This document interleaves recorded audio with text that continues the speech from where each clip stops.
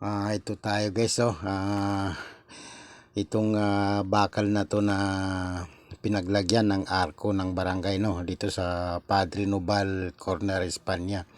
So ito pinagutos ni Yormi na tatanggalin itong bakal na to dahil sa gabal, no, sa gabal ito, yan, no. So diyan nakalagay guys yung arko ng barangay, pero tinanggal na nila yung arko kasi nga pinapatanggal nga. So ngayon ito na lang natitira yung bakal, kaya tatanggalin na rin itong bakal na to. Ito na yung mga engineering kasalukuyan ng tinatanggal nila yung bakal, no. Yung dito po ito sa Pinobal, yan, no, yung bakal na yan pinapatanggal po yan ni Yormi, yung bakal na yan. Inalis na rin yung arko dyan na nakalagay.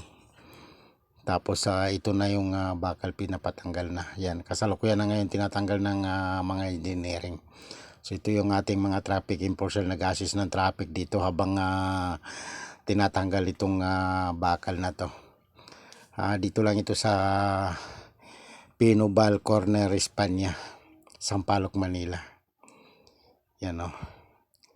Yan, kasalukuyan ng kinakater ng mga taga-engineering department. Yan, o.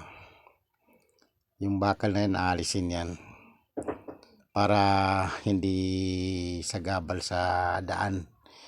Medyo nakaka-obstruct nga raw yan, kaya kailangan alisin.